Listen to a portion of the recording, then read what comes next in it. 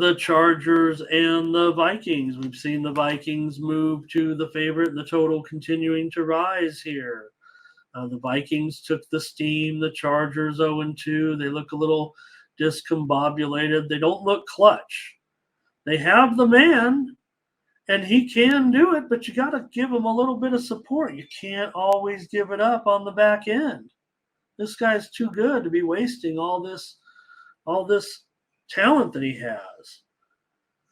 The Vikings, are they still kind of, giving people a shot at this point? Look, are they crashing back down to earth with their 0-2 start at this point? They've lost by 3 and 6 points, and now they're coming home. Which team will be 0-3?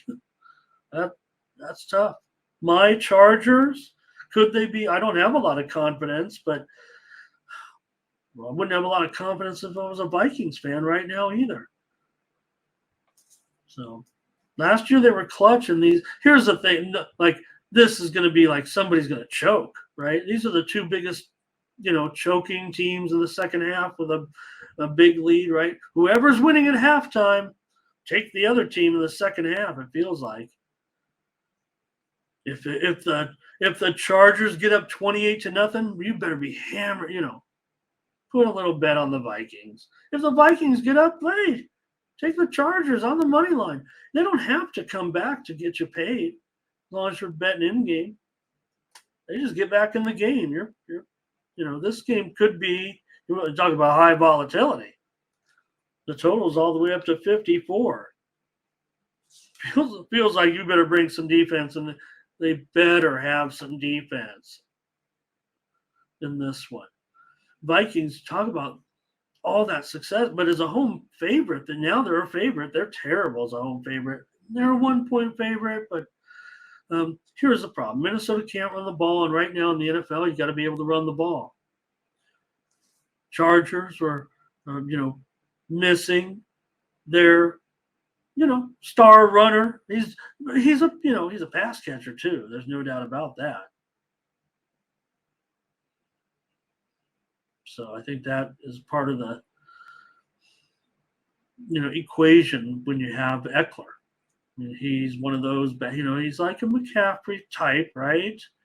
With catching the ball out of the backfield. So right now he's questionable with that ankle injury. And, it might be a little bit of an impact player, I would say. So Staley right now just feels like, right, he can't do anything right. And for the Vikings, what were they riding last year with all those games? 8-0 games decided by 8 points or less. And here you got a game that's supposed to be a 1-point game. Minnesota, remember, they have had 10 days to prepare for this game. And I don't know. This is another trip already back east. Remember, the Chargers have already played a longer trip. So I'm probably going to have to be on the Vikings here in this one to beat my Chargers. I don't have confidence in either of these two teams. And if I'm going to have a team making some kind of wild comeback, I'm going to probably have it be the Vikings.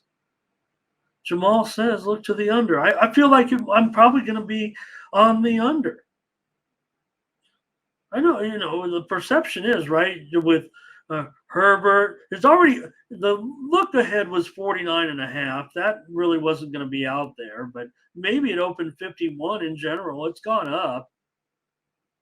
You figure Herbert can be, he looks to have his two, his target. All the Charger receivers are looking decent again. Herbert makes you look decent, it feels like, right? I mean, the Chargers do have above average receivers who are starting to get up there in age a little bit, certainly. Over here, though, for Blake, it could, what? I mean, nobody's saying it couldn't be 35-31, something like that. But 0-2 desperate teams. Oh, man. Total's going to be too high for me to get involved in an over. I'll take the Vikings here on Sunday.